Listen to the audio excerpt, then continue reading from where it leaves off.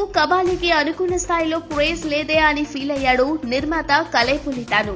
కానీ ఇప్పుడు అవసరానికి మించి క్రేజ్ వచ్చేసిందే అని ఫీల్ అయ్యే పరిస్థితి. కబాలీ టీజర్ ఆ స్థాయిలో ప్రకంపనలు రేపింది. మరి సింపుల్ గా అనిపిస్తూనే జనాల గుండెల్లోకి చొచ్చుకుపోయింది టీజర్. దీంతో కబాలీ మీద అంచనాలు అమాంతం పెరిగిపోయాయి. విక్రమసింహ లింగా డిజాస్టర్ అయిన నేపథ్యంలో కబాలీ మీద అంతగా ఆసక్తి చూపించని తెలుగు బయ్యర్లు సైతం దీని హక్కుల కోసం ఫ్యాన్సీ రేట్లతో పోటీ పడే పరిస్థితి. మిగతా చోట్ల కూడా కబాలీ మీద అంచనాలు పెరిగిపోయాయి. బిజినెస్ బౌండరీల్ని దాటేసింది.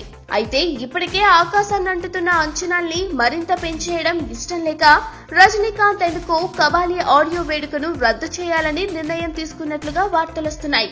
ఇంతకు ముందు విక్రమసింహ లింగా సినిమాల గురించి రజనీ చాలా చెప్పాడు, కానీ అవి చతికిల పడ్డాయి. ఈ నేపథ్యంలో ఏం మాట్లాడకుండా సైలెంట్ గా బరిలోకి దిగాలని రజనీ భావిస్తున్నాడట. అందుకే ఈ నెల 12న అనుకున్న ఆడియో వేడుకను రద్దు చేసి నేరుగా పాటల్ని మార్కెట్లోకి రిలీజ్ చేయబోతున్నారట. తమిళంలో వేడుక చేస్తే తెలుగులో కూడా చేయాలని, మళ్లీ హిందీ వెర్షన్ కు కూడా తప్పదని, ఇలా అన్ని చోట్ల తిరగటానికి రజనీకి ఓపిక లేకపోవడం కూడా ఇందుకు కారణమని అంటున్నారు.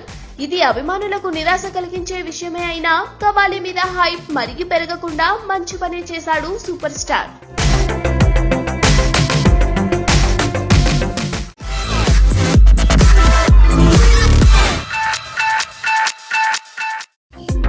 I got injured on my neck and shoulder, so I'm still restricted to the right side movement, but I'm fine, almost recovered. Heroine Rakul Preet Singh మొన్న సైమా 2016